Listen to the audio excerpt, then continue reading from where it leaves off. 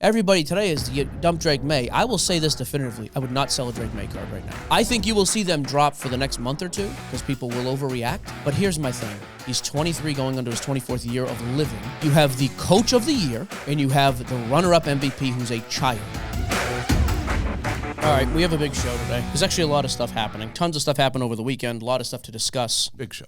I don't think it's a time for nonsense. We're brought to you by eBay Live. No nonsense. The whole weekend, quite frankly, whole week of content was brought to you by eBay Live. From Jesse's wing retrieval attempt from Stephen A. Smith. What? To shields being sold and hearts being broken. eBay Live was great. That's how, really, the reason we went out west for the game and for all the activities. And Yahoo. The Yahoo deal was awesome. Yep, the Yahoo thing was great. The PSA Vault auction. So we'll talk about all of that. I don't know where I wanted to go there. Let me lay this out for you. I want to get your thoughts because I know everybody just wants to talk football game first. There was a football game? I would like to talk, though, about the immediate reaction of what you do with these quarterbacks in the card market. Oh. So I went through the last 5 years and compared the winner and the loser quarterbacks of all last 5 matchups, or maybe it was 4, from January 1st of that year to the end of February. For that 2 month, so the lead up and then the sales after. So if you go back, you're going to like this. I liked it. I just told you I liked it. I think it's 5, 1, 2, 3. Yeah, so 5 years ago, the Rams and Cincinnati. You got Burrow versus Stafford. And we'll bring this back to Drake Maye, but I'm saying this because there's so much reaction right now. Drake Maye was terrible. He was absolutely horrific. Mm-hmm. The team stinks, whatever. Let me just say this with regards to the game. You have the coach of the year and a quarterback who was 1 vote away from the MVP, who's 23 years old. I feel pretty good going forward. So for the stupid Buffalo fans, you know how you know your team sucks at football? When you are celebrating that the New England Patriots have the most losses in Super Bowl history. By the way, Buffalo, you idiots, we have the most wins in Super Bowl history. And Jim Kelly is still the greatest quarterback in your team's affiliation ever, in the history of your team. I don't think you're allowed to go and praise Patriots right now. That's not... Greatest franchise in history of football. Brightest future in the league. Okay. Horrible game. Horrible game. Let's focus on that. Fair. Okay, so let's go back to January 1st of 2022 through the end of February 2022, a 2-month window. Okay. Burrow and Stafford. I tried to pick cards that had multiple sales just to give you the actual reaction. So, Stafford, to set kind of the premise for this, Stafford wins the game. I think a lot of people at that point are like, hey, probably cemented himself as a Hall of Famer now. Since then, he absolutely has. Yeah. But that big win, Burrow goes through Mahomes to get there. Unbelievably. I believe they beat Mahomes. Rebecca, that's right. Didn't they beat Mahomes that year in the playoffs to get to the Super Bowl? Yes. Okay. Unbelievable trajectory. He's a kid. We love him. He's since had some injuries. But that was kind of the premise. I almost feel like it was a little bit like what we're seeing now with Drake Maye. Okay. Super young guy. Yes, they lost. He also got the crap beat out of him like Maye did. He played way better.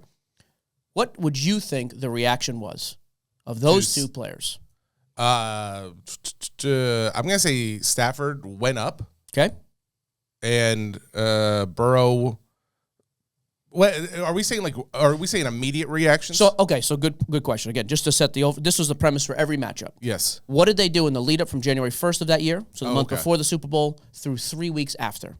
With Stafford, I took a PSA 10 Topps card from his rookie year. Burrow, a Prism Silver PSA 10. Okay. So he had multiple sales. So I'll give you this too. Yeah. Burrow was selling for right at $3,000 at the beginning of the month of January.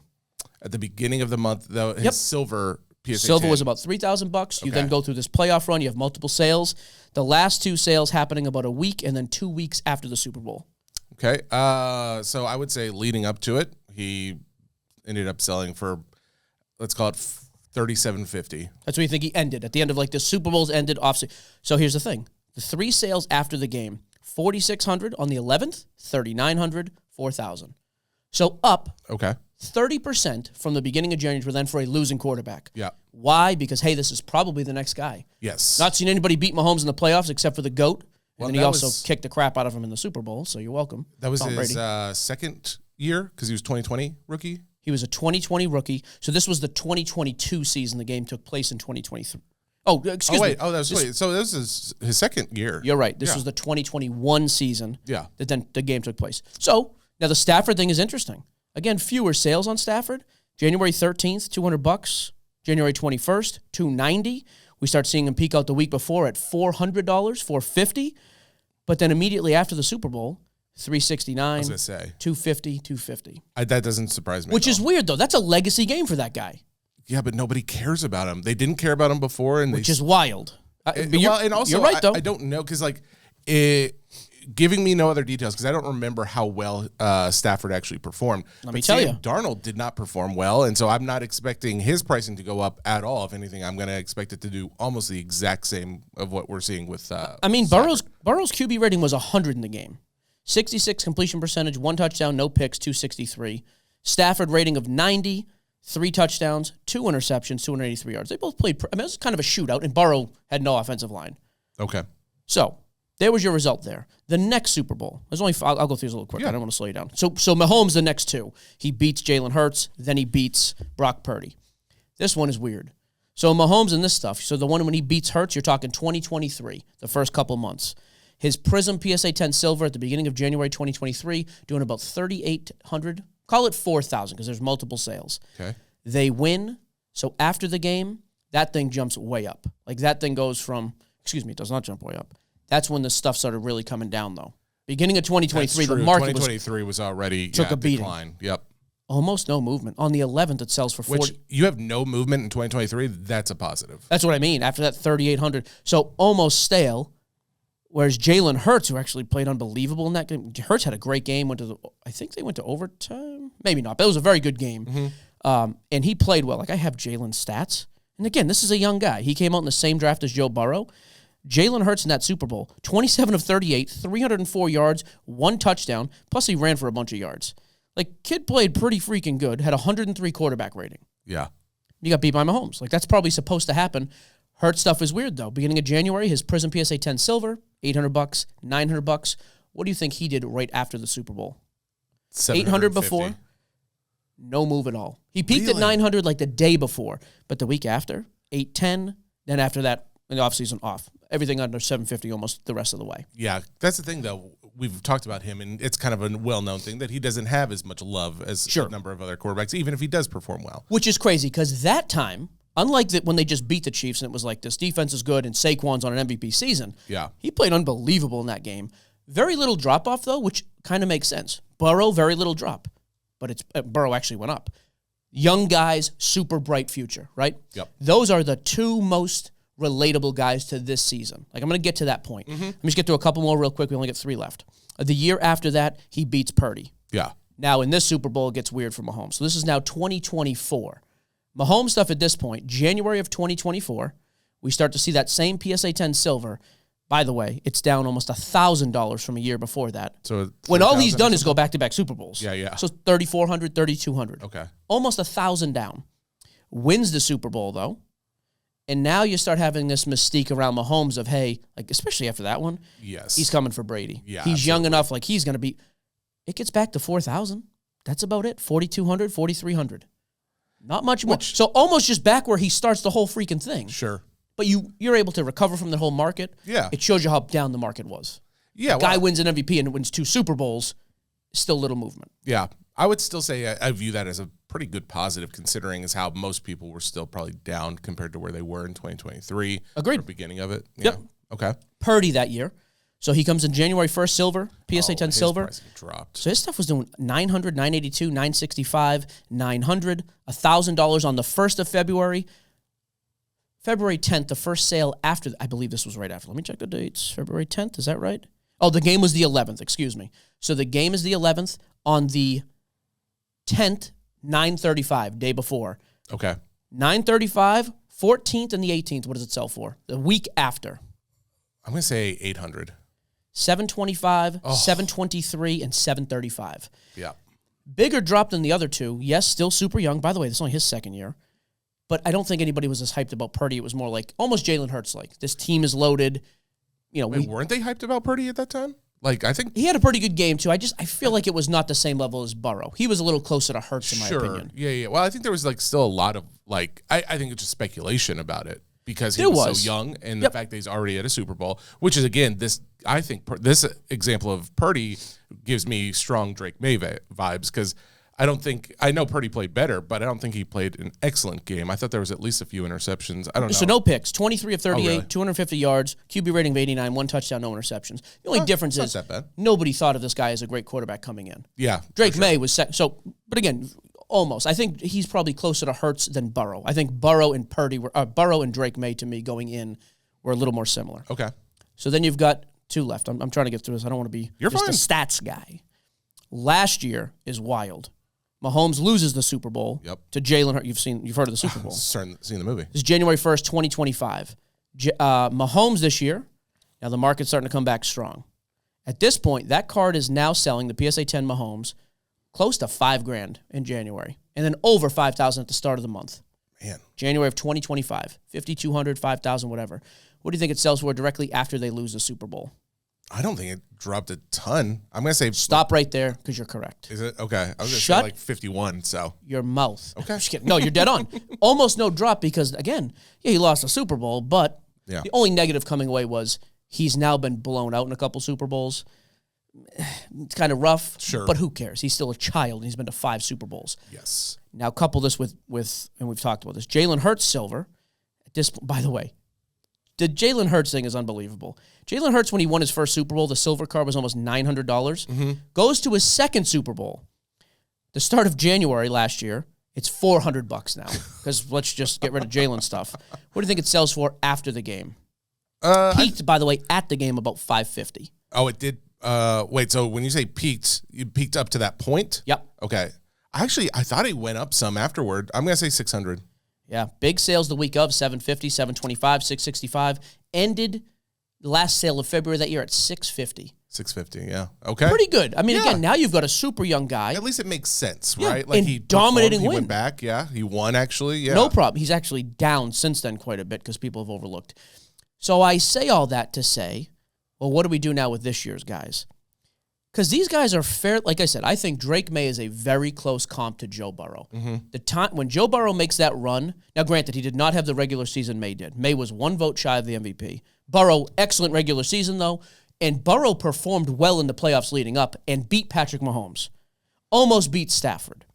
Plays well, you know? Yeah. In the playoffs, he played well. Correct. Drake Maye has played horrible in the playoffs. I was going to say, his record in the playoffs, I have a few screenshots of his performance.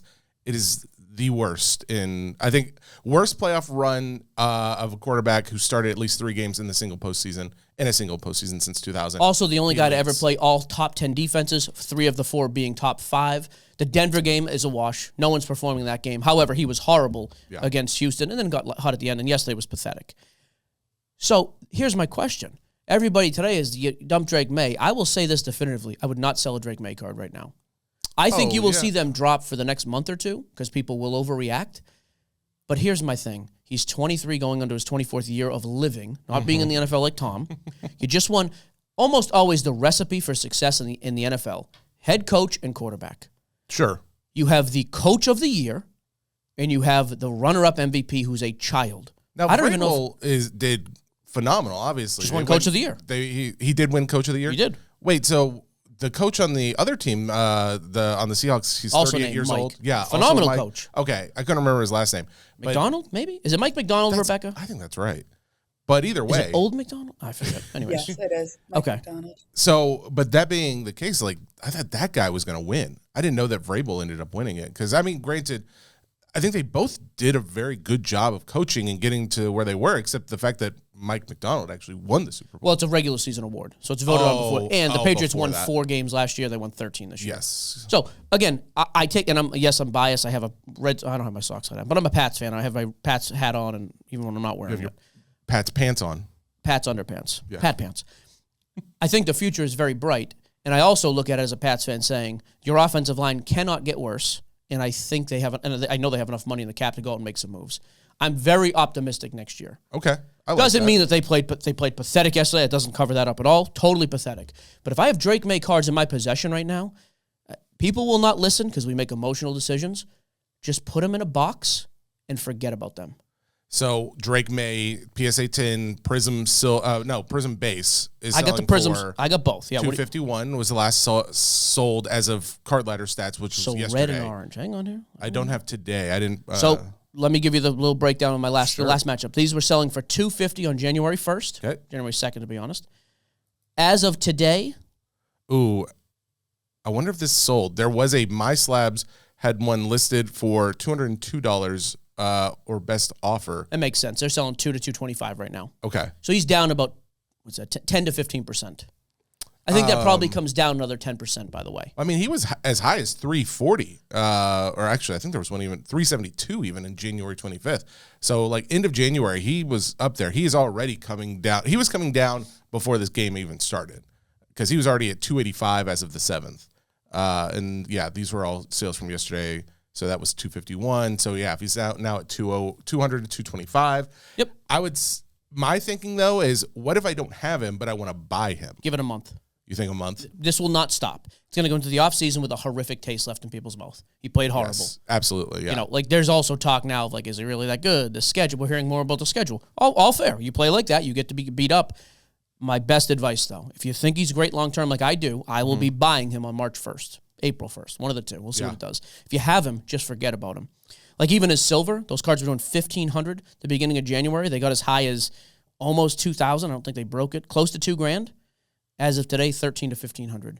That might be, yeah. Just that actually wait. might be a buy. Because here's my thought too is he looks like a baby. He's a child. He is the second youngest guy to go to the Super Bowl. Correct. I do think that there's long-term potential, especially you think of some of these guys, new guys who performed awful and now they're getting a lot of hype behind them, like Malik Willis or something like that. It's like they start off and maybe they're getting used to the professional world, and then they might have some moments of shot. Like we all have that where you and I go bowling and we can bowl super well for the first game, not 200 ever. Well, career ever. We're both very close to it though. 199. But after that, it's like, oh, the wheels fall off. Talk about the biggest collapse ever. 7 strikes in a row. A double turkey plus one. 7 strikes in a row. You're losing and I still the ended plot. with 199. But the point is, though, this happens. So now give him some time, give him some ability. Because you saw, even on the sidelines, it wasn't him giving the motivational speeches to the team. He's young. Yeah, exactly. So yeah, Moses came over and had to do it. Yeah, which I get. He's the oldest guy on the team. Good Moses was actually his name. Yes, okay. I thought you were talking about someone else. I know some people say, he's a Pats fan, he's covering whatever. No, there's no cover. The offense was horrible. By the way, I will be a Pats fan for a minute. I came off the field yesterday thinking, too, that defense was unbelievable for the Patriots. Seahawks was better, no question. Yeah. The Pats defense was amazing. If they weren't on the game 59 out of 60 freaking minutes, if you could have got a couple first downs and let them breathe, Fatty Milton Williams was unbelievable despite huffing air the whole second half. Unbelievable. If you had any offense, you could have won that game 17-6. Oh, yeah. They played like garbage. Yeah. So I come away thinking, I didn't think we'd be here. I'll tell you the other nice thing about it. When Brady loses Super Bowls, I was crushed. Calling out of work. I'm done. I'm out. Yes. This was kind of I didn't expect him to be here anyways. Sure. It's almost like if Brady lost the first game. You're supposed to get beat by the Rams. They came out and won. It was even better. But I come around very hopeful. And with that in mind for cards, I'm looking forward to people being stupid and overreacting and dumping Drake Maye. I will tell you, I would sell JSN and Sam Darnold right now. I was going to say, Sam Darnold is a sell, though. Right? Correct. He's got to be a sell now. Sam Darnold played good all season. I mean, a lot of turnovers, yes, but they're number 1 seed. Great. We're going to see Sam Darnold get the Jalen Hurts treatment. He won because of his defense. Yeah. He won because his running back won MVP. Yes. It was unbelievable, by the way. Yes. JSN did nothing in the game and got hurt. Yep. And he's a receiver. How many times do we see receivers have that one unbelievable year and drop? Yeah. And even Justin Jefferson, who's unbelievable almost every year, the market's not there yet. So if I have Seattle stuff, I am selling immediately. Rebuy if you want to in a few months. Mm-hmm. If I'm Drake Maye, I'm not selling anything now. And if I'm positive like I am, I'm looking to buy March, April. I was looking at Sam Darnold is the only one from Ray messed up my chair. Well, you're in the wrong chair. You're just the this chair. Is Ray's crap. Yeah, you're in the crap chair. You're not in the good. When is that loser going to buy his own chair? I love you, Ray. Throw a little money at the freaking company. He's actually about to get his first paycheck, so now he can. I'll go McAfee. You stand up? We saw him do it. You want to do it? You could stand up. You're still on camera on some angles. Of course I am. I'm 3 feet tall, standing or sitting. But the Sam Darnold thing, it was just he performed so lackluster. Well, the whole game was lackluster. Can we just say that? I loved it as an offensive guy. I thought it was awesome. I was so bored. I mean, it was already a fair weather fan as is, but it's and no interest, no rooting interest. Well, and it's I was rooting for Seahawks because I knew you were rooting for the Patriots. So it's okay, I know where my loyalties lie. No, but at the end of the day, I'm I want it to be an entertaining game, and it was not until the last quarter, and even then it was like, nah. Yeah. So my thinking overall, you look at Sam Darnold, they won the game, but it wasn't because of he was an elite quarterback in my mind. By any means. Yeah. Nope. So, yeah, the fact that he's selling a 138 for a PSA 10 base prism, I think you're probably going to see that at $100 in the next 2 months, maybe. I don't know, 110 maybe. I just don't see that going. Well, and to be clear, before by like June of last year, that card was $10. Mm-hmm. I mean, granted, there's a Super Bowl in there. But he had a good season last year as well. Last year was good, went to the playoffs at least. Who was he with last year? The Vikings. Yeah, that's right. That's right. Of course. Yeah. So the Vikings. Of course. Well, because I do remember that. And I think I actually have a couple Sam Darnold Viking cards. But that said, I just can't imagine that card stays up. Because even going into this, January of this year, that card was selling it for $76. I mean, he had still played well enough to get to this point almost.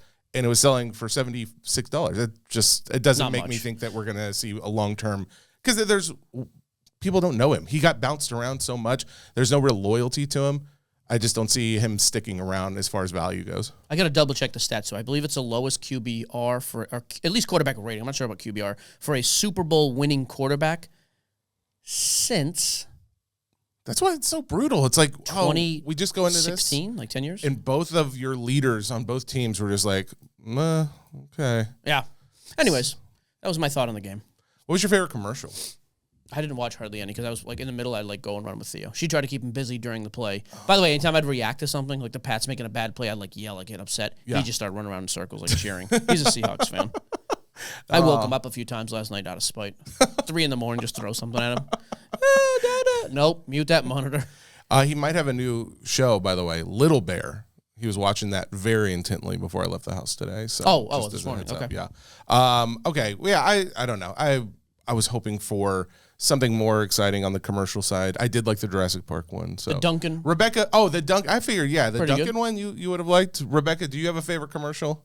Here's the problem: is Rebecca's such a sports fan. It's almost like I almost expect. Now, this is a sexist comment. I expect talking to a lady like, oh, they'll also like the commercials like I do. I feel like Rebecca's going to be like, I didn't even watch it. I was only watching highlights of other football games. Did you just make an anti-sexist remark prefaced with "I'm going to make a sexist remark"? Yeah, absolutely. So, Rebecca, what was your favorite commercial? What just happened? Cancel him. I don't know. I don't know if I had a favorite. I was a little underwhelmed by the commercials. I liked the Minions movie commercial. Yeah. Okay. You'll like that one. I'll be okay. Can I ask you? Also, the Haley Steinfeld State Farm commercial. That was actually pretty good. That one had a couple other guys, the guy from Key and Peele and the other guy from all the other, I don't know. It doesn't matter. It was a funny State Farm Did you watch the halftime show, either one of you? Yeah. Yeah. I did too. Hang on. Don't get political here. Yeah, because I always get political. I know there was a ton of like lead up, like how. Here was my thing. I thought it kind of stunk. Like I think most Super Bowl shows stink. Oh, I like actually Dre and Snoop was like the best one, but like I also had people send pictures. A couple of our customers were there. They're like, I guess it was pretty cool. We couldn't see anything. They had like lower level tickets. They missed most of it. I was gonna say, if you're there, it's not for you. Okay. Like you literally can't see it or hear it really well because it's like all produced for TV.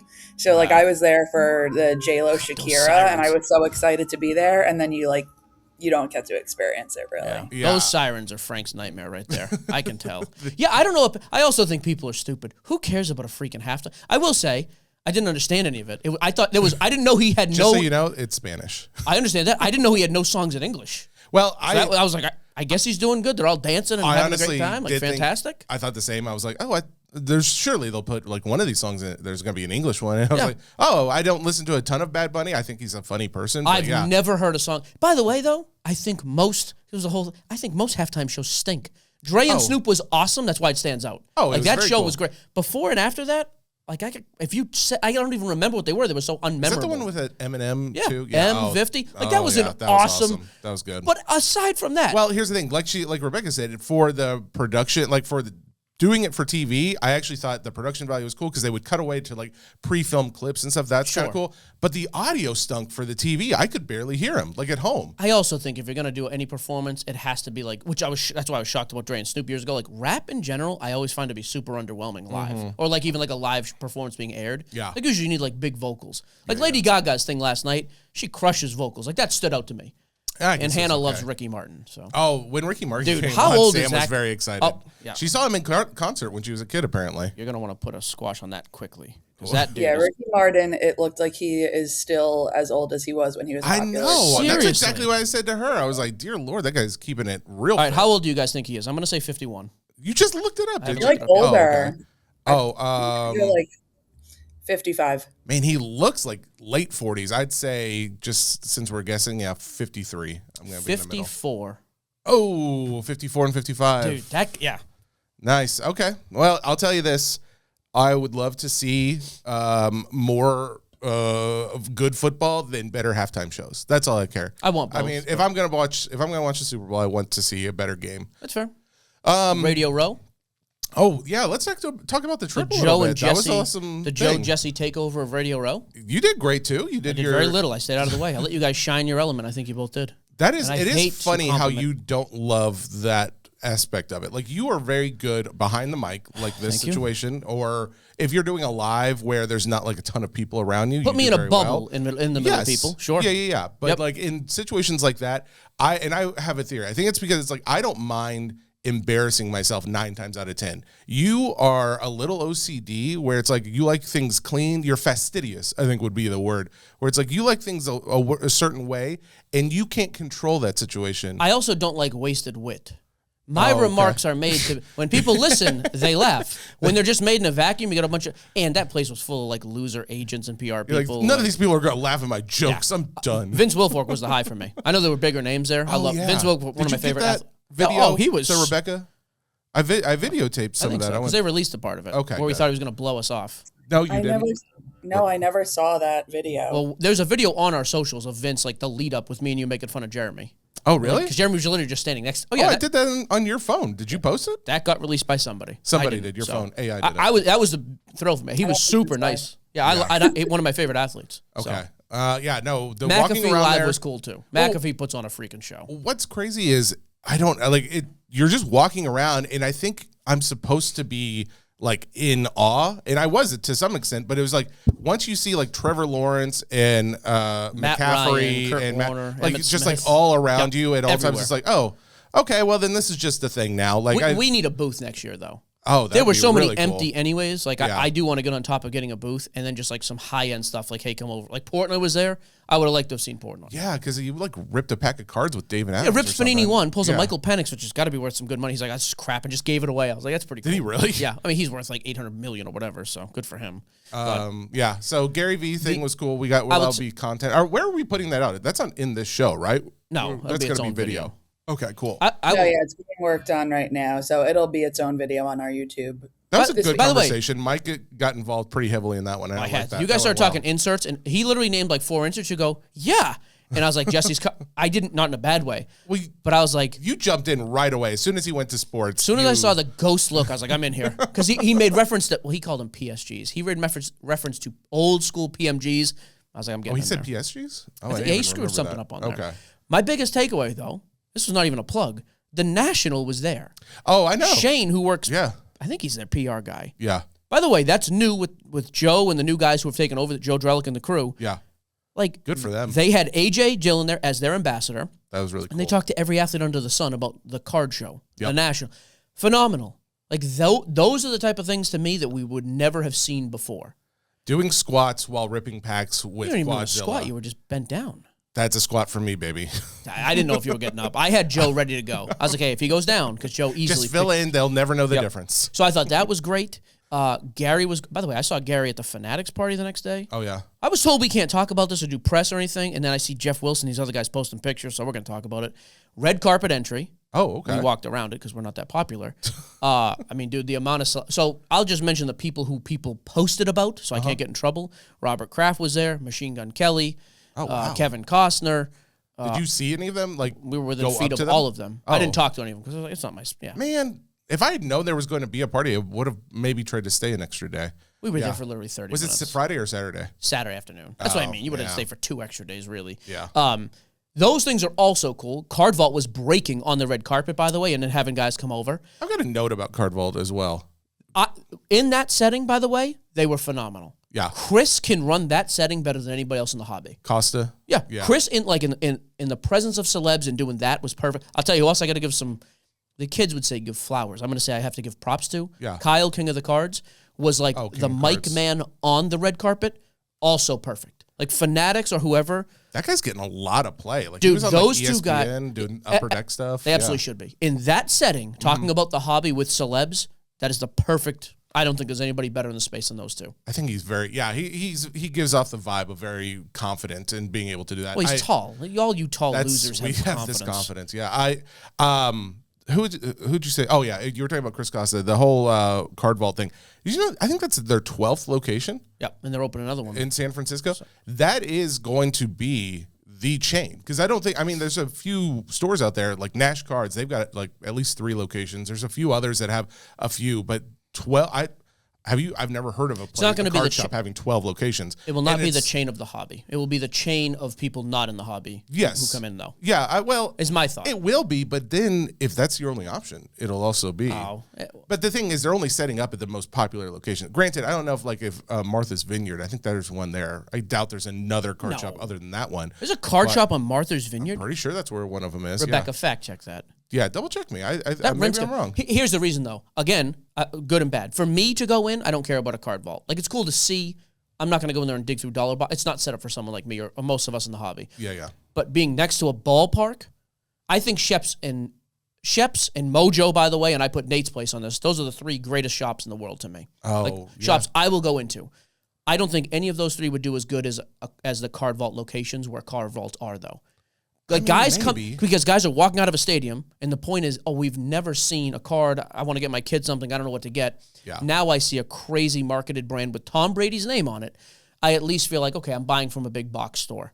They have confidence. But they don't know it's a big box store to them. Like, takes about 2 seconds to look at it, though. Look at the location. Yeah, that thing's on freaking Market Street or wherever it is. Well, just the fact that you have by Tom Brady on there. If it just said Card Vault, I think you would feel like, oh, maybe this is like more of a mom pop. You wouldn't realize. Sure. But my thinking though is you saw like the opening on Instagram or I think Lucas on was there page. Too. Well, was he? For the public opening, there was 2. Oh, okay. There was Thursday night was the private one with Brady, or maybe that was Friday, and then Friday was the real one. And maybe a day off. I'm getting strong vibes that it is the card shop.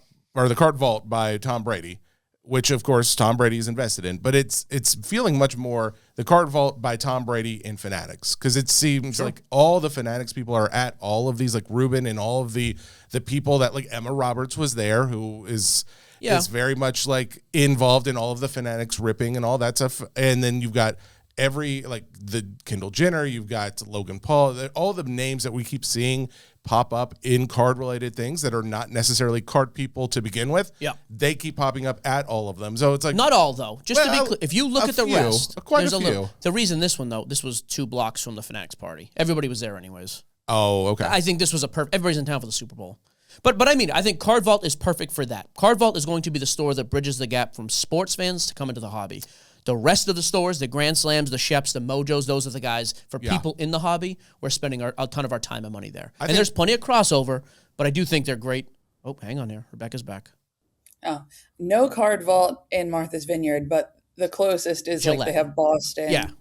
And then also then what was I thinking? The one by the Patriots Stadium. Hampton. East Hampton. Yeah, there's it's East the Hampton.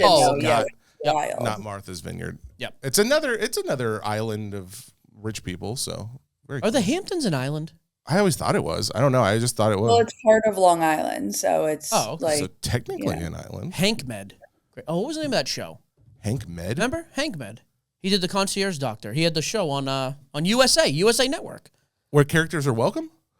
They are. What was the name of that show? I don't know what that show is. Hannah Wings? You talking about Wings? Wings, I know well. Could have been Don't talk to Wings. me about Joe and Wings, please. But anyways, I do think Card Vault as a whole helps the hobby unless they're opening up in a town where you've already created your own shop. That's the only prior problem. Because I don't think it hurts. I think that you're going to get a lot of traffic because we have people who are like, hey, coming in from out of town or out of the country, and they come to Nashville. It's like, hey, what card shop should I go to? And right now, I send them to Shep's, or I'll send them to Nash Cards, or I'll send them down to Murfreesboro. But if they're actually in Nashville, if you have a card vault that opens in Nashville, I would say, well, there's a card vault in Nashville. Yeah, and I think most people like me would be underwhelmed by that. That's what I mean. Like, if you're saying card guys are coming in, they'll go there because it's there. You're going to get a totally different experience there than the other three you just mentioned. You are the equivalent of the old guy in the hobby. I think the younger people that are coming in, I think that's the point I just made, though. The people coming in are going to, yes. The guys in here, though, who are already spending money and supporting all these other shops, that's not going to stop. I certainly hope it doesn't. I don't know why it would. Like, I just think they're very different audiences. Well, I don't think it stops it in the sense of like if there's not another option, then they're going to go to Card Vault, and it's not a problem. But if there's two options and they have Card Vault and they have the mom and pop shop, I do think it's more of a attraction to go to the Card Vault. For who? For both the guys who are in the hobby and the guys who are new in the hobby. I think that I do think there's an aspect of it where it's like, oh, okay, well, I went to my card shop and they didn't have the allocation. They already sold it. They only got a case or two, whereas Card Vault is probably getting tons of allocation. Not true. On that report, they are not. Yeah, they're not. I mean, they have the report showed they have very small, a nominal size allocation. I've never seen more in their shop than I've seen in Shep's or Nate's. Or Nash, by the way. You've been to a Card Vault? No, I'm saying from the openings, like Lucas wrote about, like we always have the stuff. You can go on the website and see what they have for sale. They have product. I don't think they have an overwhelming amount like the other ones. Okay. But either way, I also, like I said, I think if you're doing events, which is what they did the other day, those guys on the red carpet was a perfect fit. So like them, hate, I don't care. Perfect fit there. So cool. All right. Matt Stafford's MVP. Did you care about that? Did you look up any pricing or I had his pricing up from what I just did, and there's no movement at all. There wasn't. Okay. That's what they got knocked out of the playoffs. It locks him in as a first ballot Hall of Famer. He probably was already that. He absolutely is now. Yeah, well, you would have said that about Belichick too, so who knows? Well, no cheating scandal with Stafford, though. By the way, Robert Kraft also didn't get in, so. Oh, is that a thing? The owners get in the Hall of Fame? You get like one non-football, I forget some owners are. And I mean, he's the greatest owner in the history of the sport. Well, he's been to too many massage parlors. What's that, you pervert? I didn't say anything. You said something. I don't recall. Wow, if anything, Matt Stafford's pricing is, well, okay, again, he only has 206. I was looking at his 2009 Topps Chrome. Yeah, there's not PSA many. 10. There's 206 of them out there, but I wonder about a 9 if there's been any sales. He hasn't had, geez, golly, there's no love for Matt Stafford out there. No, got eliminated from the playoffs. Like, that's it, off-season. And maybe, now he'll retire next year probably. He has like 20 daughters, though. Did you see that little thing like the daughters did for him? Like when he won the award? Oh, it's super sweet. They were like kind of the ones that awarded it to him or something, and they put together some video and watched it. I don't know. It was a whole thing. I tell you what, I'm going to make a note to check for the Hall of Fame also came out, though. Hall of Fame price. I'm going to do this for Thursday's show because you had Drew Brees and Fitzgerald, who were the absolute locks, got in. Luke Kuechly, again, not much of a, exactly. Great middle linebacker for Carolina for all those years. Oh, okay. But no relevance in the market anyways. I don't think you'll have any more. Vinatieri, I mean, he's the only kicker with any kind of market, but it's not, I would be shocked. He was there at the game. Fifth was, Roger Craig. Used to play with Montana, won some Super Bowls. Oh, okay. Again, I'm curious about Brees and Fitzgerald. I don't think it's going to do a whole lot, but maybe. When was that announced, by the way? A couple days ago. We were there. When that Friday, happened? maybe? Thursday. So, NFL honors. Yeah. So Drew Brees is 2001 Topps PSA 10 rookie. Well, let me guess what that's. How many are there? 613. $300. I have no idea. Well, on February 2nd, so this before this would have happened, it sold for $350. Oh, okay. Very close. After? What day? February 8th, so yesterday. 361. 303. Oh, so yeah. He went down. Because they don't sell often, right? Like there's only been one in a couple days. But I mean, still, you go down almost $50 after you got where. I'm telling you, in football especially, there's only a couple guys we care about after they're gone. After they've retired. It just is. And he's a top 10 quarterback all time. Fitzgerald, I would argue, is a fifth greatest receiver all time. Just not a lot. So I actually am more curious about Vinatieri because it's like there's more. He might be more of a niche position. What if he's the first kicker in the Hall of Fame? How do you spell Vinatieri? Exactly. I'll look it up. Rebecca, is there another kicker in the Hall of Fame? We have to fact check this. I think that guy Jan Stenerud or whatever for the Chiefs. There are two. Sebastian Janikowski, Morden Anderson, and Jan Stenerud. She didn't even Google that. She's new. No, she's reading. I can tell. Okay, so I got one of them. Morton Anderson. Okay. Dang it. Adam Vinatieri does not come up on card letter, so I have what a shock. You would think everybody wants him. Yeah. Speaking of the trip, though, it was great to actually hang out with Joe and Rebecca. Oh, you and Joe. I mean, good grief. Rebecca 1 is such a good sport. For what she puts up with is just absolutely MVP of that. But Joe, I hate to compliment him. It's uncanny. I absolutely had a great time with Joe. I mean, down to the point where you two creeps, Jesse, anytime he gets in an elevator, hits the alarm button. Unbeknownst. Literally went to start to reach for it, and Joe was already going for it. He had already He's pushed like, that's the alarm something button. I do. Yeah. We were quoting all the same, like, just obscure movie lines. Yeah. Oh, yeah. Me, Jeremy, and Rebecca talked about it. Like, they are twins. Really? Yeah. Joe is like the little, like, nicer brother. Oh, yeah. Which is funny because he's older, but he does feel like my little Looks brother like in a a lot of child, ways. too, his face. He needs to grow some facial hair. No, honestly. then you look like a pervert. When you look that young at 40 plus and you grow facial hair, yeah, no. Been there. We had a great time with him, though. Yeah, no. Overall, it was a really fun trip. So, yeah, we didn't talk about the live selling. So, how was Shiloh? Yeah, that was a train wreck. And by the way, I'm going to be critical of eBay Live. Don't overreact, people. I will also give them their flowers or props. So, in the breakdown, Wednesday night we did Fanatics Live at Eddie's shop. Unbelievable. Had a ridiculous... I pulled a cut auto of Booker T. Washington. Oh, I saw that. Yep. I thought it was pretty cool. I pulled nothing. Yeah, Jesse bought a case of dog crap, which was nice. That 2024 Topps Chrome, yeah, I paid you. You saw that, right? I opened up a Topps Chrome Black of Star Wars. Whole case of it, because Eddie gave me a great deal. I have never been more crushed in my entire life. I was thrilled. We had a great night of selling the Fanatics Live. I won the battle. We gave her like $2,000 worth of stuff. Awesome night. So Wednesday night was phenomenal. Thursday night, we did the first eBay Live single show. We did it at the new Mojo card store, which, again, I will put up with Chef. And the building itself and build-out is the nicest I've ever been in. Yeah. Nature's close. The pricing, like for a big-name brand in Santa Clara, I was like, I thought they were super reasonably Killer priced. pricing, yeah. So we did our first singles night there. We did the Cooper Flag Red Geometric. We started at $1. Sold for $34,000. I think it was $925. I thought it was 36. Was it 34? Just under 30. Paid for. Guy then came the next day and met up with Eddie at the shops. Handed that off. By the way, Adam Ireland that's allowed? Or somebody else, I could use a little help. I don't want those funds on hold because I didn't send to eBay authentication. I had him leave feedback when he got it, though, and say I picked this up in person. Oh, Lord. Hopefully my money gets freed up. Had a phenomenal night, though. We did a bunch of sales. Quick 1 hour show. Awesome crowd. Friday, eBay Live. We started at 10 a.m. at the Powell Street location downtown at eBay pop-up. Eddie and Joe ran for like 5 hours. Ripped like old wax, singles. It was phenomenal. Oh, cool. The problem was, by the time people... And by the way, I have to give a shout-out to Renee from Storage Wars. Renee and I think it's Bargain Hunter Breaks. He got up there on the main stage with Jerry Rice. I told him, I was like, dude, that was the best show I've ever seen with cards and an athlete. Well, he is on TV. He is used to it. They still make that show. Yeah, but it wasn't just him. Jerry was also awesome. And together, they had like a perfect blend of, there's some selling going on, but Jerry was throwing the ball like back. It was that's cool. By far the best of any of the shows that I saw this weekend live on the stage with an athlete. They killed it. That's awesome. We had our DC show that was starting up on stage with Shiloh Sanders, not Shador. I blew it at the end. I'll get to that. Number one, in the card community, Shiloh is not known at all. He's not an active player. Sure. He had no interest in being on stage with us. Like, that was pretty evident. Oh, really? I mean, he barely shook our hands backstage, and we were trying to, like, prep him a little bit. And then we get up there, and we had a pretty prime-time spot because it was 3 p.m., so 6 p.m. on the East Coast. This is when, like, normal shows start buying on eBay Live, big auctions. And from the start, there were glitches. People weren't able to... Like, people were showing us after the fact. So, again, here's the criticism, and I'll get to the solution.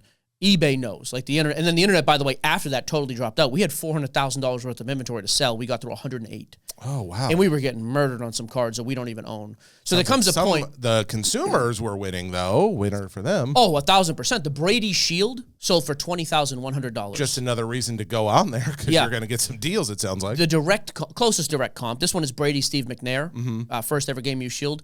The Brady Montana sold 6 months ago for $105,000.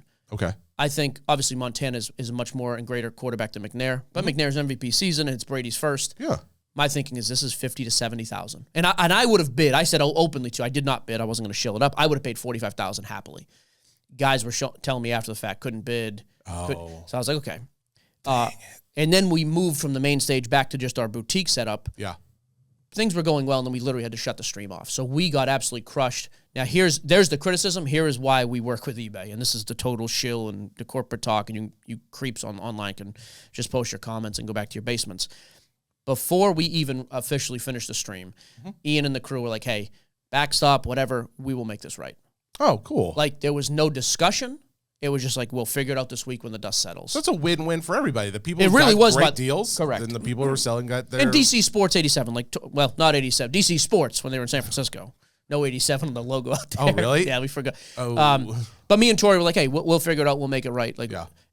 That was my biggest takeaway. That's cool. When everything's always good and everybody gets praised when things go well. When things totally suck and everything goes wrong, that's when I'm like, okay, now we'll see what kind of company we're dealing with. Sure. I mean, we have to come to the official, get the numbers worked out here. Mm-hmm. That's why we didn't sell some of the other monster cards we had. I didn't want to put people in a spot where eBay now is going to owe us, or we're going to owe somebody 50 to 100,000. It's still tens of thousands right now. Sure. That's manageable. I didn't want to get out, and Tori was in full agreement. So I think Tori's taken a lot of the stuff just to eBay Core, just to run it, and we'll get through it that way, and it'll do its normal great pricing. Okay. So yeah, to me, that was the big takeaway. Kind of a nightmare, and immediately they were like, we're going to make it right. So perfect. You can take that as a shill. I took that as, hey, we're one of your bigger single sellers, and we're going to start really crushing and cranking things up. I was happy that there wasn't even like a discussion of, well, let's check. I was like, well, what it tells me, too, is like how much is invested to making this thing work. Like if they're just like, hey, whatever it is, we'll make it We're not fit. pinching pennies. Yeah, exactly. This is something that they are dedicated to. And we never use that backstop. Like, dude, when we give them a number, they will guarantee. We have. I used it once because we had issues in Philadelphia at the show. And it was like $3,000. Other than that, we've never used it because we always crush. We do really, really well. Yeah. So that was the, but I saw guys and he shut off his stream after the fact. We went for another hour and a half after the Shield. We moved from the stage back to the boutique. Like I think the professor or somebody mentioned that. That is not what happened. The stream was 1 hour on stage. Who's the professor? Your boy Jay. I know. By the way, we got to have Jason. You're invited back on. Like you whined about Jesse the other day, and it ticked me off. He whined about? I thought he said nice things. No, he was just like, they said I didn't come hard enough, but they didn't bring anything. You're the antagonist of the three of us, and rightfully so. I thought he was going to be angry. Correct. He was so nice. But next time, we'll find stuff to fight about. So part our fault, part his fault. However. Don't be nice. No, I saw some comments about that, and I don't even know if he made it. Maybe it was just a chat. And I thought, that's not what happened. Sure. The stream ended as it was supposed to at 4 o'clock. Yes. We moved back to the booth, ran for another hour, and then the internet literally dropped. So we stopped. Not much you can do about that. Is what it is. It stunk for the consumer in that regard. People got some real deals, I'll tell you that. Those comps are posted, by the way, freaking crushed. How you killed it if you bought. Who else was up there with you? I saw it wasn't just Shiloh. No, that was it. No, there's a picture of you with there's several people up there on the stage. It was me, Tori, and Shiloh. Okay. No, that was from Saturday. Oh, there was a different day we did an event. Oh, so that's a different thing. Do you know who they were? Yeah. So Saturday. Do you remember that? Saturday, we did the PSA, which this one was actually very successful. We did the PSA Spotlight auction, the closing. Oh, that was the Spotlight. Yes, we had Justin Wick, who runs PSA Marketplace, I think. Yeah, he was the one who was on the pod the other day. Yeah, Justin is excellent. He was up there doing his thing. So it was Justin, me, Steve Smith, 6th most receiving yards in history of football. One of my favorite guys growing up. Not Stephen A. Smith, though. Steve Smith is a little dude who played like I always loved him. He was super aggressive, awesome. And he has a huge podcast. He was great on stage. We had Aaron Jones. We talked with the Super Bowl a few years ago.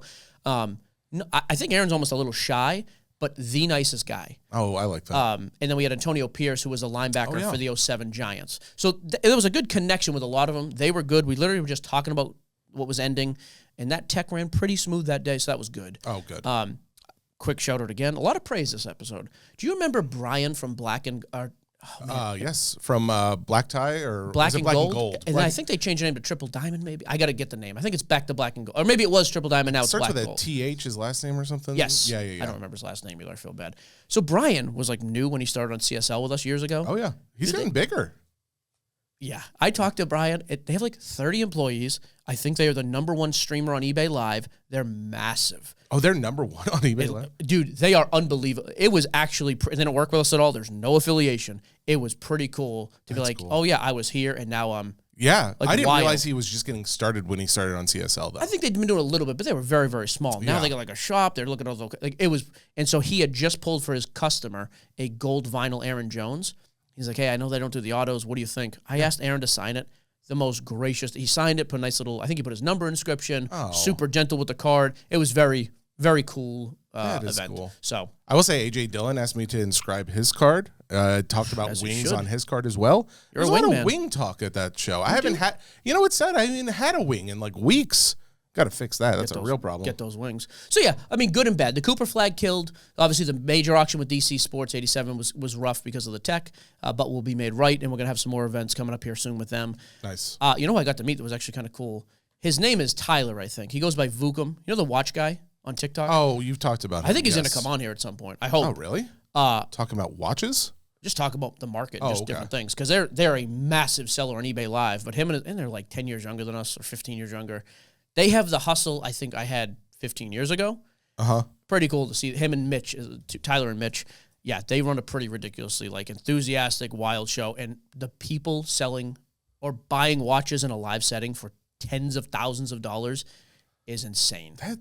Dude, it's freaking nuts. So we had talked about maybe doing a dual stream. Actually, let me get your idea. I want to know what you think of this. Hit me. I take cards. He has watches. We're live in a location together. One of two things. One, I'm going to sell a card that's comps around $1,000. You sell a watch that comps around $1,000. I run my auction again in person with him. He runs his. Whatever sells more wins. So the other guy has to give away like a $100 item to the chat. Then you step up the levels. A $5,000 card versus a $5,000-ish watch. What sells for more?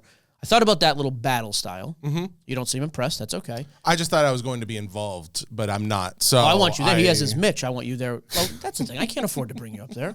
Good grief. See, you're already pushing me out. I wasn't even invited in. Now I'm already out again. You were invited. I just uninvited. You're invited again, though. I don't know. Full circle. No, I don't want to. Well, maybe. We'll see. The other idea was we put up a watch and a card. Highest bidder gets to pick the item they want. Oh, no, don't do that. Because, I mean, like, you don't know. You said his shows are very big, right? He's got a lot of people coming in.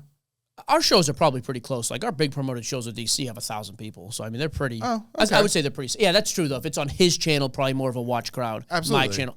Yeah, I didn't think of that. Yeah, I just wouldn't want that to, I don't know. I think it would hurt somebody. Maybe, so if you do that, you'd have to do split time. First hour on that channel, first hour here. That's kind of what I'm thinking. Yeah. Unless I would love to have you come, by the way. Collabs he has a hype crew. I want you and Joe with me. To hype the crew? To help sell and be on the stream with us. I mean, yeah. Let me know. Here's the thing. This is what I mean. Here's the thing. You want to be included. I'm trying to include. I want to be included if there's like a incentive to be included. The incentive is that's our biggest sponsor, and they're paying us a lot of money. They're paying you a lot of money.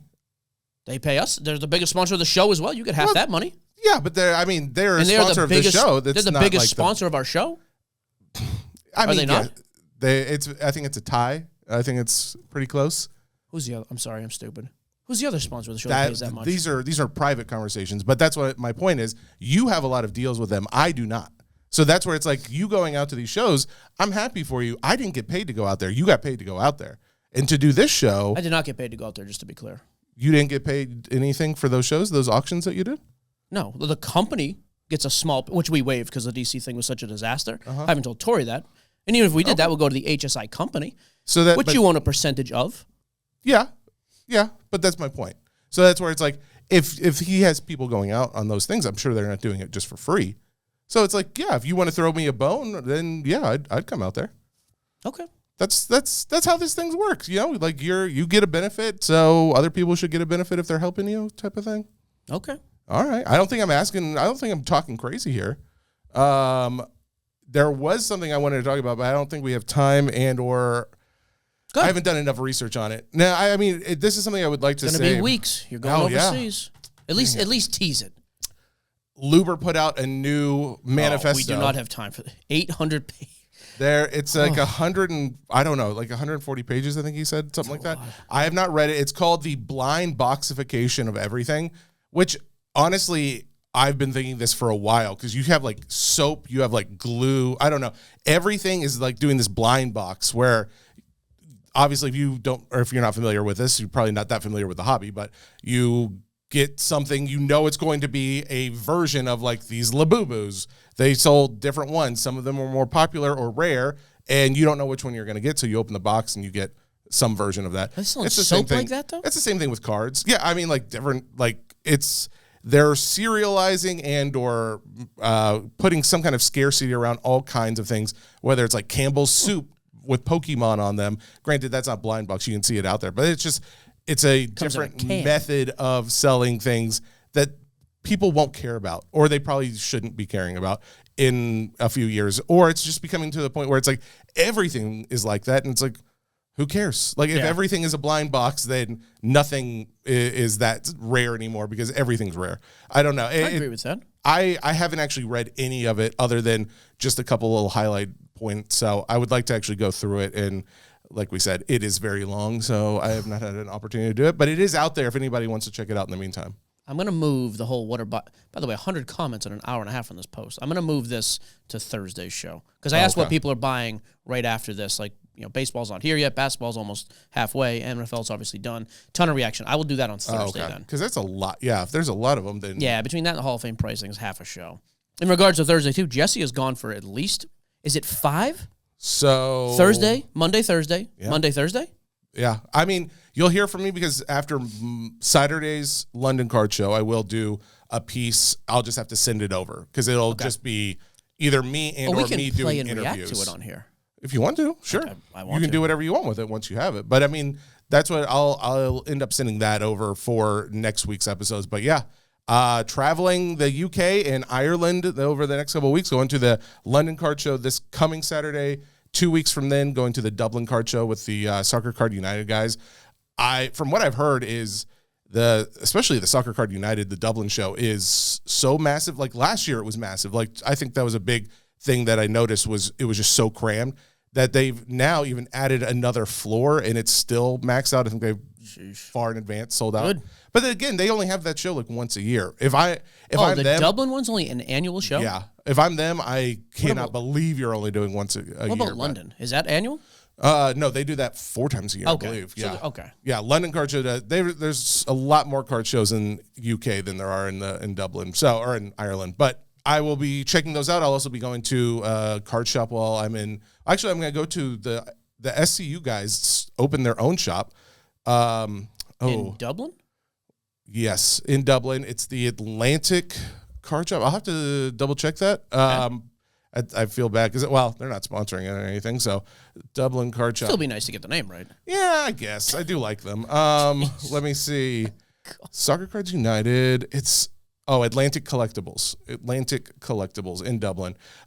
So that is their shop over there. Then I'm going to go to the Third Down shop that's over close to Leeds. I think it's like the biggest major city. What country? That's in the UK. So they'll be doing that one next Thursday. So yeah, the UK is we'll talk about so UK and Ireland are 2 different. No, I knew that. I thought the UK was a whole island. I don't care. Never mind. They're both islands, if that helps. I have to. It's a bunch of perverts on floating rocks. I have to take a flight from the UK to Ireland. You could take a boat. I could, but it's like it's basically a whole day of travel. Quite frankly, you could float. Literally, I don't know what way the currents go though. Doesn't matter. You're fine. You go against the stream all the time. I met a bunch of guys at that eBay party from London, by the way. They came over and they were like, "Oh yeah, the Dublin." They knew all about both those shows. Oh really? Yep. At least 2 or 3 sellers were there at the eBay thing Friday night. Yeah, Friday night. And then Marino, our boy Marino, threw a party that night. But yeah, they were like, "Oh yeah, we'll be at London. We'll be at." Oh, cool. Is it Dublin? What's the other one? Dublin card show. It is. They all knew about both of those. Like, yeah, that's like our Super Bowl. Everybody knows like the hairy guy. Well, his name is Harry.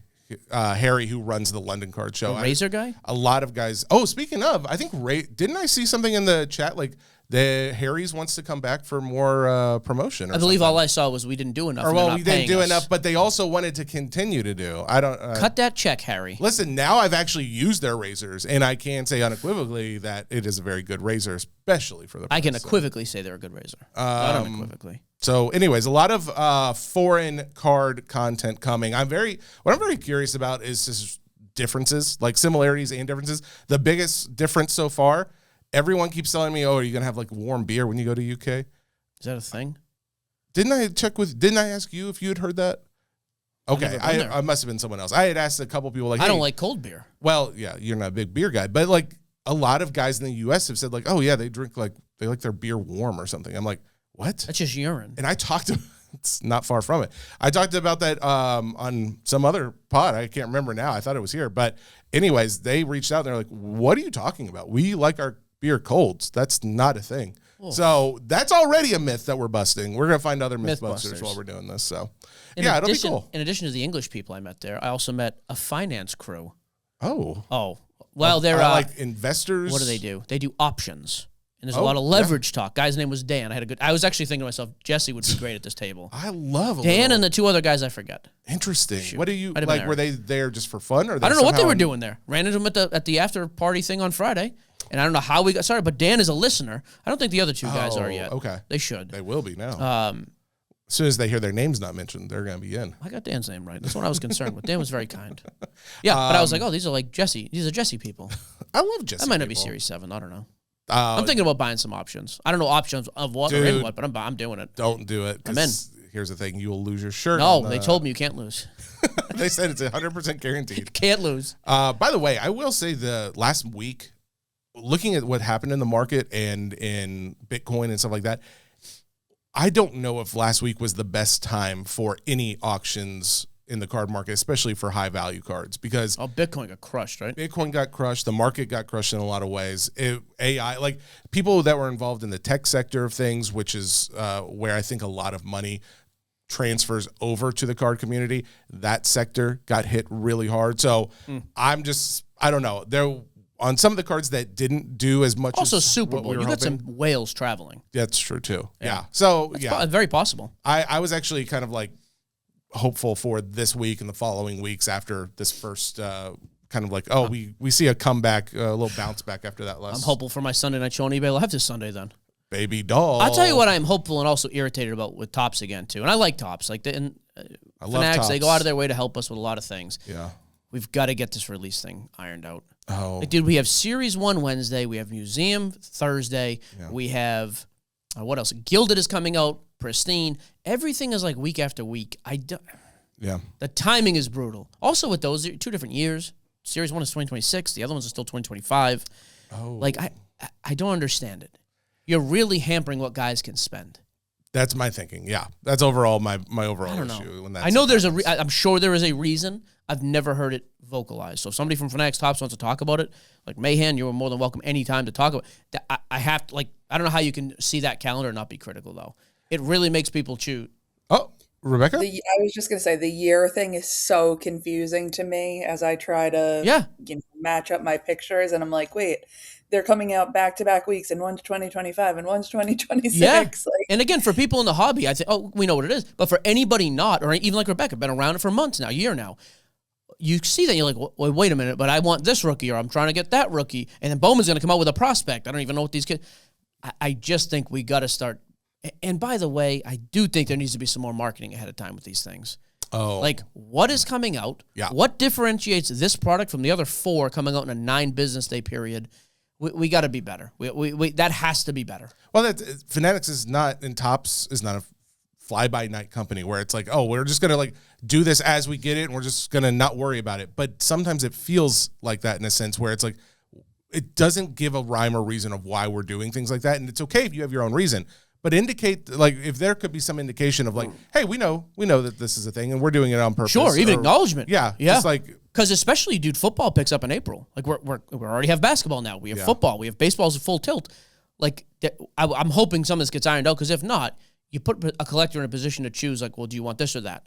You don't have to. There's also part of this where I'm like, this is also, I think they're looking to a lot of breakers and or card shops to be like, hey, are you looking to the rest of, like, larger community? Because there are people that were buying the Panini basketballs and the Panini footballs out there. If they weren't buying them from you, you should be doing more to market to get them to you, because they will be still going out and buying this product.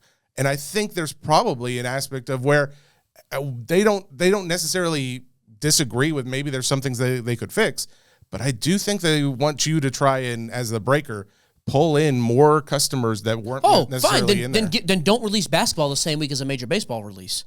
Oh, yeah. Or give me a week where I can market to the basketball crowd or the football crowd. But again, that's where they're like, well, do you have more people on the crew? Do you have more channels you can set up? It's not that. It's the people. Like, a lot of guys are buying one or the other. Yeah. Not everybody's independently wealthy and like buying everything every week.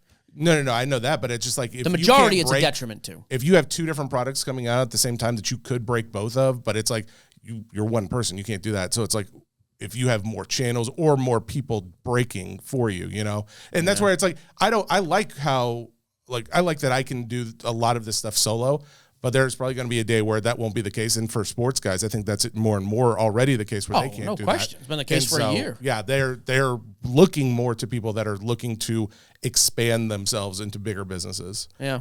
But it doesn't mean I love that because especially as it's me and then Ray does. Ray will do like WWE stuff and Pokemon, and I'll do pretty much everything else.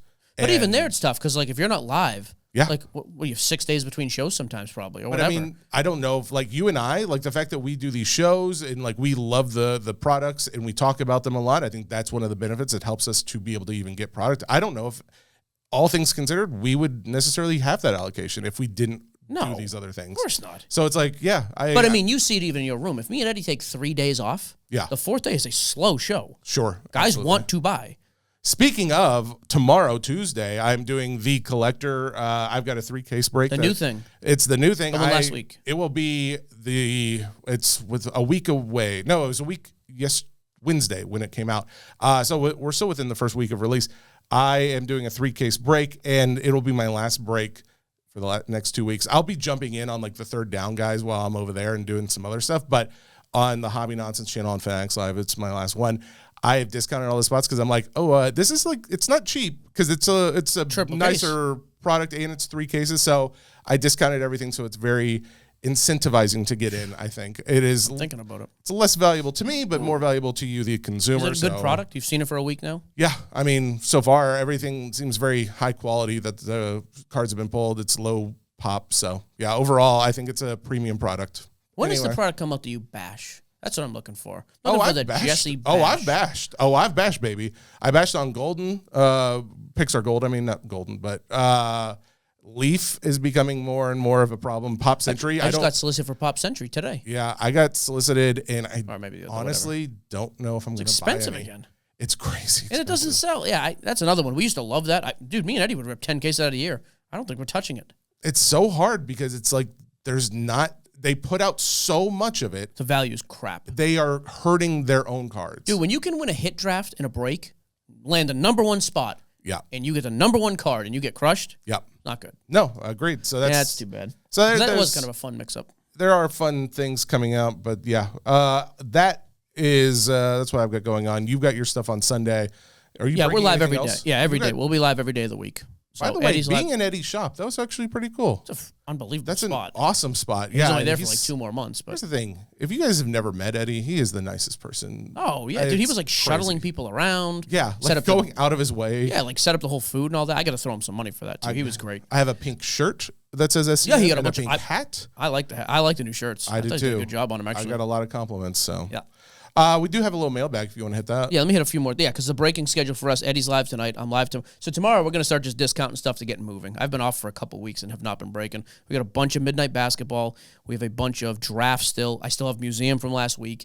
Eddie will be live, so that'll be tomorrow night. Museum has sketches in it, by the way. Always. Yeah, Museum was one of the first I ever. Oh, it has always had it? Yeah, forever. Oh, man, I just saw that. And autograph ones, amazing. Too. Like, they have regular insert sketches. Yeah, and like they have one actual, a box. Which I don't, this is a biggest question to me. Why haven't they done that on the non-sport side? Because everybody has known non-sport to have sketches, but the auto thing, other companies are doing that. Like SWAU. You don't get autograph sketches? Not by the artist. Oh, really? Yeah, that's always. Or, I mean, I'm sorry, by the artist, but not by the actor. We don't. It's not the player signing. It's I saw one that was signed by the player. There was at least one that was marketed as like signed by player and artist. Really? Now I'll have to look because I didn't know. That may be new then. But when I saw that, I was like, this is something other companies are doing, and people love that in the non-sport world. So it's like it would make sense that you'd have the player also. I didn't know that. They also just have So this sketches are museum. So we'll do a bunch of that tomorrow night. Wednesday we'll be live with Series 1. Thursday with. Ooh, what's Thursday? Pristine or Gilded? What is the date on Thursday, Jesse? Thursday would be 10th, 12th. Oh, Pristine is the 12th. So back-to-back days I've already discussed. Then next week, Stadium Club, Gilded, yeah, a bunch of stuff. But yeah, we'll be live every single day on Fanatics Live, and then the big show on Sunday night on eBay Live. Can I ask, do you know off the top of your head, as far as the Yahoo sports thing goes, are they just they're going to take our clips and or the show and like just redistribute it? Like, how does that work? There are two aspects. We're going to work on some original stuff. We're going to try to launch a new show. And then the other part's a question for Rebecca. I don't know. Oh, okay. I know they're like repurposing what we're already doing. But I don't know if it's like a whole show, a clip. Do you have any? Yeah, we have to figure out how to add our stuff to their feeds. So it'll be the whole show as well as all our social content. Oh, probably starting in the next, let's say, 10 days. Okay. Oh, very nice. So it's kind of both. Like distribute what we're already doing and then working on some new ideas and try to launch them over there. That'd be cool. Which I think, though, that's a question I have. So, Rebecca, like we've talked about 2 new show ideas. If we launch new shows, would we do them here and they just distribute, or would they own those? Or do we not even know? Don't know for sure, but I think the ones you're talking about, they would own. I don't. Okay. And I think in line with that, that's when we had a discussion about, hey, maybe we do a studio build-off down here. Which that'd be really cool. Like find a place and really like... Yeah. Yeah, like not the back of an office. But we'll see. All right. That is... Oh, you know what? The only thing that we've yet to talk about on any of these shows is that whole Packman thing. I had a note because I thought it was like interesting, but now at this point, I think if you know or you wanted to know, you already heard about it. Yeah. So I feel like there's bludgeoned nothing. with content. He stinks. Yeah, Packman stinks. Breakers who whine about money and act like that are total clowns and frauds. Here's the thing: I don't have any desire to just keep attacking the man. Like if you make a mistake, I get it, and that's you should not be called out. Yeah, not a mistake. No, that was obviously on purpose. But I've met him in person before. I tried to we tried to talk, get some content at a show a couple years ago and stuff. Man, that was he big time to Did he really? Oh, it was just didn't want to talk, and he would give me a couple words here and there, and it was just I was trying to get him on the show, on SCN to talk just a little bit. You can come on and talk about this if you want. Man, oh man, it was he knew he was big stuff, and he did not have time for that conversation. So him and John Wee in the crowd rolled up in Atlantic City to play ball against us that year. Oh, did they? The National, yeah. Now don't lump in John Wee. John Wee's very kind. No, I didn't say he wasn't. Okay. I mean, they both got dominated the same. But no big deal. All right. I have my last few notes here real quick. This is one for the audience. There's still one. Jesse has gone for 5 shows. I could use a guest co-host for a few of these things. So message me, text me, whatever, however you get a hold of me. Joe, go ahead and message him. Yeah, do that. We got Ryan Hogue coming on Thursday with some, I believe it's going to be breaking news from some PSA stuff, which is great. Jeff from the Card Show, the Nashville Card Show, the greatest, in my opinion, the greatest card show in the world. He's coming on next week because we'll be set up at that on the week of the 20th to the 22nd that weekend. And a quick shout out, Alex and Noah. Alex's wife is a bigwig at eBay. I had the most unbelievable conversation with this guy I've ever had with anybody in my life. Oh. Not an exaggeration. And I think his kid is a fan of the show. What was the conversation about? Imagine the wisest man in the world who's like, you know what, I'm going to take 10 minutes and just mentor this kid for no reason. He was mentoring you, or you were mentoring him? No. Oh. He wasn't even trying to. Just to wait. Dude, I'm telling you, it was one of the coolest conversations I've ever had. Oh, boy. That's all I can say. I've had some interesting experiences with people that you have felt as mentor, or not mentors. Unbelievably kind, too. Because I know a lot of times I like sarcastic jerks. I still do. Yeah. That was my fear. I want to intern for this guy. You want to intern for him? Alex, if you're listening, or your wife, Sam, who is an absolute treat, maybe Samantha. I don't know if she goes by Sam. Whoa. Yeah, I would happily intern for free for this guy. Not a joke. I was that impressed by him. Very big. A short guy, too, but a little taller than me, which was nice. I would never say that about a tall person, so... All right, well, that's very cool. We need the guest for next show. Oh, your boy Renee, too, at the end of the thing. Renee from... He's like, I don't want to bring this wax home. You want to buy it? I was like, I'm not buying the non-sport crap. I'll buy everything else. Dude was literally like... Well, also, what am I going to do with it? You could have told me. I would have bought it from you. Yeah, but then it was a lot of money. I'm not going to do that because if you don't want it, I'm not putting myself on the hook. He was like, take everything else, football, baseball, basketball, for $50,000 and just load it up, which was a great price. And he did. We loaded it up. Eddie loaded it up, took it back to his shop. He's like, great, I don't want to take it home. Phenomenal. Guy was actually really cool to deal with. Dang, dude. All right, well, that's pretty cool. It was like $26,000 comp value of the non-sport stuff. Okay. There was like Disney.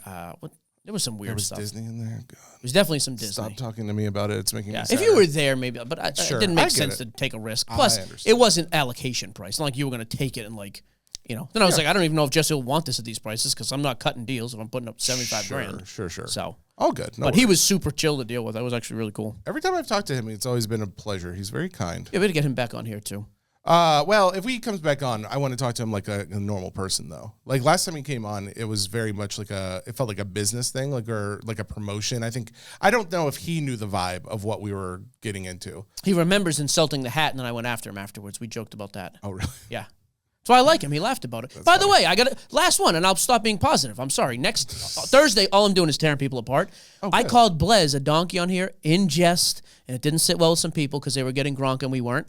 The Blez guys literally were like, "Oh yeah, we're the donkeys," and like laughed it off. Oh, that's Jared talked to Chris and like opening and like I don't even know those guys. I'm thrilled that they were intelligent enough to be like, "Oh, this is a joke. He's just irritated because he's a child. Me. Yeah. He doesn't get Gronk." Oh, well, cool. I was like, good for them, dude. I don't even know him now, and I'm like, great. I actually love that when people make sarcastic remarks, and it is just taken as a sarcastic remark. So that's phenomenal, too. So shout out to Blez as well. Just complimented like 85 people. How do you feel about that? Thursday, I'm going to go after, even if you've never done anything wrong, I'm going to be going after people. Mother Teresa's on the list. Just really good people I'm going to attack. Rebecca, can you just like please control that, like just within reason?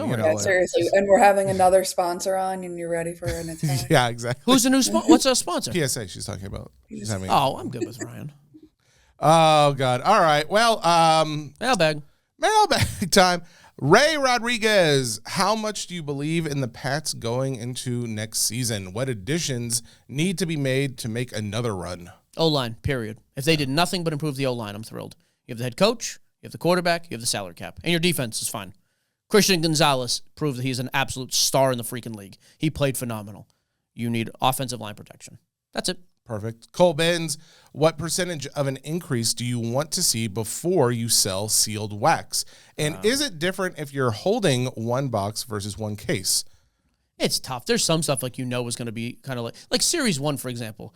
It's a profitable product every year, but it's never like going to go absolutely astronomical. You make your 10, 20% and you're done. There's other stuff like midnight basketball. I want to make like 100, 150%. I want to crush on that stuff. Sure. It's well worth it. So it really is, it's super dependent on the price. Midnight basketball is such a cool product, and it is the first RPAs. I thought that thing was going to just go through the roof, but I think it's a problem. I think a lot of people were expecting what they saw with Chrome, and then it didn't do that. And people, because I mean, to be fair, Chrome was crazy expensive, and now these prices are crazy expensive, but you're not getting as many cards. So value has not stayed where it was. Like at What's first, $7,000 still? I think they're going for like 6,000. Blowout 72 as of right now. Oh, blowout 72? Yeah. Yeah, there was like, I think late last week it was like 6,000. Hopefully it's going back up, because I think that happens too. I mean, even at 7, it's expensive, but it's also not. No one thought it was going to be Chrome. Like Chrome is the first return. Like I actually think 7,000's high. We're doing our PYTs at $6,000. The fact that it's the first RPAs, and that is you still have Cooper Flagg playing phenomenally. Like I just expected it to. You thought it'd be more than $6,000 though? Still? Yeah, I mean, because man, I don't know. It's just the fact that it's a good class and it's still very popular. And now that football's over, I kind of was expecting like, oh well, people will. I thought of it as a hold investment, like hold on to that for a few months, maybe a year. So like if Ben's had asked about that product, that's one that it comes out. Midnight is not an established brand. It's been a couple of years. Mm-hmm. It's going to be down the line in the hierarchy of basketball. It's going to come out this year. Yeah. Yeah, that's why we sold almost all of ours the first week. Like stuff I have left is literally labeled, I'm selling some tomorrow night, discounted cases. Like we'll sell those those will fill between 5,800 and 62 maybe. Oh, really? Total, you're saying? Total PYT fill price. Yeah. Because if you call blowout right now, I guarantee they'd sell them to you for 60. I mean, if you have an account, there's 6,500. Really?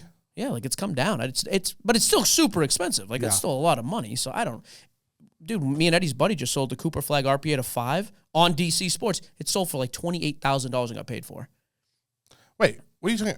The midnight one? Yes, the midnight, the patch auto. Yeah. Oh, that was the 5 too? Yeah, there was one to 5 with a super nice patch, 26 or 28 grand. You had a patch on. You guys. Oh, that wasn't yours. No, correct. No, we don't have it. It was one of our guys. Which one was Eddie's? That was the one for his guy. He just sold it. Oh, okay. Yeah. I thought it was actually. No. Wasn't there one that was his, though? It's the one he sent in for his buddy. I got you. Huge money, though. It's ridiculous. Yeah. Junk Wax Sal, what do you think about the manipulation of wax prices? Here's the thing about this. I think it's a very real thing. I'll give you that, Sal. I think this question is meant to instigate. He says, let me finish. Yeah. Let me finish what it says. Please. What do you think about the manipulation of wax prices by fanatics and the big three? That's his question. Oh, I think it's a huge issue that they sell as much as they do to the major distributors, and they're able to just set market. Yeah, I think it's a super issue. Yeah, look at the pricing.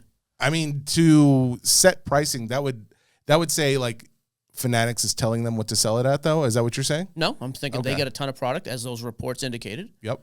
And then they put a price on their website, which is where almost everybody, myself and probably you, like we base our PYT totals or our box totals on where we want to sell based on what we see in the market. Those guys set the market. I actually wish Fanatics would cut out some of that and just or put limits on it, because if you did that, I think the next buyer would then get a much better deal. I would love to see some safeguards put in on that. What is the what do they call it? Is it the recommended sell price? MSRP? Yeah. But there's no M on it. I don't remember. But in the UK, they have that. Like, they get that from Topps, apparently. They get a recommended sale price. On hobby, or just because they do that on retail hobby stuff here? Oh, actually, I don't know. Maybe it was just retail. I would like to see that. Like, Midnight Cases originally came on a blowout at $9,500. Yeah. I wish they would have gone to him and say, hey, we're only allowing for this amount of margin. And then if it's, at least then, too, if the case is truly worth that. Or at least within a time range. Like, if it's after, like, a month or two or something, and then well, then everybody's gotten crushed on it, though, by then. My point is, if you give it to them, here's the cap. And if the market really thinks it's worth more than that, not just because I see the big guys listing at that, then guess what? They will buy it and flip it on eBay. But we don't see that. We see the highest sales prices are from those guys. Yes. Yeah. Yeah, I think it absolutely is a detriment. And by the way, we are just as guilty because we play into that. As breakers, we price based on what we see the market of a lot of this stuff. Well, I do it based on, here's the thing. I think we can do it based on what they're selling it at, but I know that Dave & Adams will always be the highest price out there, as far as, like, it's always higher than Blowout and pretty much any other big box shop that I see. I know that if they've got it listed at whatever the price is, I'm typically, like, if it's, say, call it $6,000 for a case, I know that my total case cost needs to be about $500 to $5,500. Like, I know that I'm going to be 90% below whatever they're at, because but if they came out at $4,500, it's allocated product. There's still money. You'd come out at $4,000. You'd still base it off of that roughly. But that's it is based off of it. So if you limited what they could do. I think there's just because we're basing it off it, that's not the same as saying we're basing it off to be the same. We could say, we see their pricing and we try and go under that. Sure. But that, again, it still is the same problem I just described, whether you're matching it or just saying, I'll be 90%. Well, either way, if their price was lower, our price would be lower. Yeah. Theirs isn't, so ours isn't. Well, that's what I mean. We are as much breakers, ourselves included, just so much a problem in that. That's why I think if Fanatics changed that aspect of it, it would force us to change. Because then people would go through like they do now and be like, hey, your museum PYT is, I haven't even looked at museum, by the way, is $3,700. Blowout pricing is $3,000. Mm-hmm. Oh, well, we would lower. Or your Chrome Disney is $6,000 for a PYT, but over there it's $5,000. Yeah. It would force breakers ourselves to lower our prices. Until they do that, it's very unrestrained pricing. It is a problem because it's very hard. There's so many people in this business or in this hobby, but it is a business. Like they treat it as a business. So we have listeners who would be like, stop saying that you want the prices to go down because I want to sell my product at a higher price. But then all the consumers, all the actual collectors of course they want the price to go down. It is, but there are so many where that overlaps. And, like, granted, we could be viewed as the business side, the industry working for the man. 1,000%. But then there's the others that I think it's less noticeable, where it's like, oh, you think that guy's just the collector, but really he's flipping cases or he's selling boxes on his own and he wants prices to stay up. I think there's a lot of people, social media specifically, where people don't realize, like, oh, that they want those prices to stay up just as high so they can make as much money as they can. I guess there's just so much overlap in this hobby where I don't know if you can really tell who wants the prices to actually go up and who actually wants the prices to go down legitimately. I can tell you pretty much. Anybody making money in the hobby wants them to go up. Yeah. I've yet to see an actual business person like ourselves or anybody else really wants them to go down. But that's what I mean. How many of them are business people in the hobby? I think it's a lot. Are they making money? Then exactly. Yes. Period. Yeah. And if they're not, then they're very, very critical of all that stuff, and most of them go way overboard the other way. But I think the notion is true. They want things to go down because they're not invested in it. Yeah, 100%. But I don't think there's much confusion. Like, I think you can pretty well tell about 5 minutes into any video who's making money and who wants prices up and who doesn't. That's fair. My thinking. Do you have somebody in mind? You don't have to say it, but I am curious. It seemed pretty specific. I have generality. I have general content, but yeah, not a specific person. Okay. My thinking is, because I try and walk that line as best I can. I try never to be most expensive on any breaking stuff, because I know like I can get called out very easily in a public way. But at the same time, I feel like I've built a community of people where I'm like, you want to maximize your profits. No. I've built a community of people that I actually care that they would get a decent deal and or at least better than what they could get in most other places. And it's not to say like every single spot in a break will always be the cheapest, but it's like, I think if you totaled the cost of my breaks to pretty much everybody else, you're going to find at the lower end almost every time. And I do that because it's like, could I do more? Could I like leave it up more, promote it longer, like really push the sale of like a spot that I think, oh yeah, you could hit the 1 of 1 and be making $10,000. Sure, I could do it, but I'm also kind of more realistic, and I care more about the people coming into my room, and I want them to come back. I don't want them to get burned by they spent way more than they should have and they didn't get anything out of it. So I don't know. It's a fine line to walk, and I think there's a lot of people probably in that same boat. There's other people who don't care at all, and they just want to maximize as much as they can. But a lot, for sure. All right. Brian Bulaga, Brady go up even more? That's what it says. Maybe? I don't know. Brady goes up even more? Drake go down. How about that? Trent Weldy, your opinion of current state of retail wax. Stores are full. Product doesn't seem to be moving at all compared to last year. Do you think the price, he says $30 and up on a blaster, is the biggest culprit, or are there other factors? That's the biggest culprit. Yeah. No question. Especially for basketball. You got a phenomenal class. Yeah. Baseball, good rookie class, yes. Price. Again, we jacked up the price. Fanatics came out, and Fanatics does directly set retail pricing. It's too high. Do you think there are more people this time than last year in the hobby? Like, I think that every year. Every year, I think buying. I think every year we have a bigger hobby, business, whatever. I think every year we have people buying a card for whatever reason that may be. I guess my only thinking is like they come in and they buy more cards, but we're saying $30 for a blaster. I mean, $30 for a blaster actually in some cases, like the Disney stuff, the Marvel Studios, those were coming out at $50 for a blaster. So yeah, but those are also not every single year and have been for years. Yeah. The other stuff is every year, and it's always been a cheaper price. Now it's what's changed between this year and the last couple of years? Nothing. There's still 1 million people in, good rookie classes. People still love cards. What's the X factor that's changed? The price. So when I look at why they're not moving, I look at what's the thing that changed. But if you're saying there are more people in the hobby, it makes me think like, oh, they don't know that it was half the price or a quarter of the price or whatever the case is. Okay, so take out there's not more people then. Same amount of people. Yeah. Those people have been buying them every year forever. Well, then yes, absolutely. Why are they not buying them this year? Price, for sure. Done. But that's why I asked that question, because I do wonder, like, if there are more people in there, it's like, well, you would still think we would be moving some of that product right now. And that's where I'm like, I hope there are. It definitely, I see new people coming to breaks all the time. I see new people joining the Instagram, Facebook groups, all that stuff. But at the same time, like you said, I do see more product on shelves. Sure. Let's see. Christopher Robinson, top buys heading into the MLB season? Thursday, Chris. Thursday it is. I'm going to find a guest, and we're going to talk about this. Don Getters, last question. Is the football card market totally broken? Maye has a second-place MVP season and gets to the Super Bowl in year 2. This morning, you'd think he was Geno Smith or J.J. McCarthy based on the armchair experts in this hobby. If Joe Burrow can still command a relatively strong market with 1 Super Bowl loss and 3 subsequent non-playoff injury-riddled seasons, why should Maye suddenly become questionable in the hobby? Again, this is a question for Thursday. Let's give it 4 or 5 days after the game. Mouthpieces on Facebook are what they are. They're just yapping. He's terrible, sell him, whatever. Let's see what the actual market says about his cards. Can I give a shout-out to Don Getters? He's often in the mailbag. He's great. He always words and has great questions. He words them very well. Because he doesn't have an agenda. Don's has been a collector and a customer of ours for 10 years, I bet. He literally just wants to know. Yeah. That's why I like him. Yeah, he's a great dude. Yeah, very good. All right. So, yeah, we'll talk about that Thursday. I want to get into that and have some more time. And we can talk about my new hobby pursuit. I'm a sneakerhead.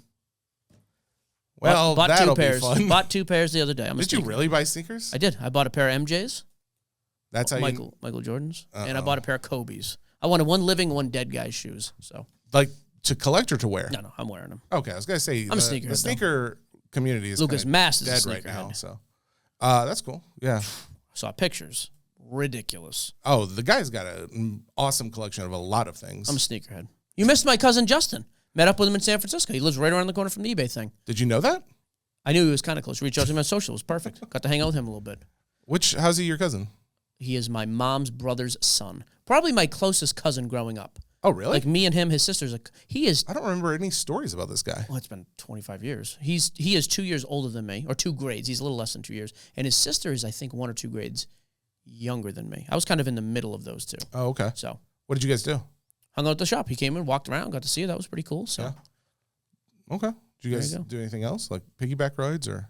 I left that for you and Joe. No piggybacks. Huh. Yep. Not as impressive when the guys are relatively the same size. Did we get any footage of that, Rebecca? I got plenty of footage of that. No. You and Joe wrestling. I'll release that soon. Thursday show. No. Don't worry about that. No. If my stomach is hanging out for more than half of it, I don't want to see it out there. When is that? I mean, I wouldn't say half, maybe a third. Maybe a third. Yeah, it's fair. Yeah, that's fine. Don't worry about it. All right, we're back. Well, I'm back Thursday. Jesse, if he survives the flight, will be back next week with some content that we will share, and maybe he'll call in or something. Yeah, I like it. Suggestions for guests, fire them at me somehow, some way. Back on Thursday. Goodbye.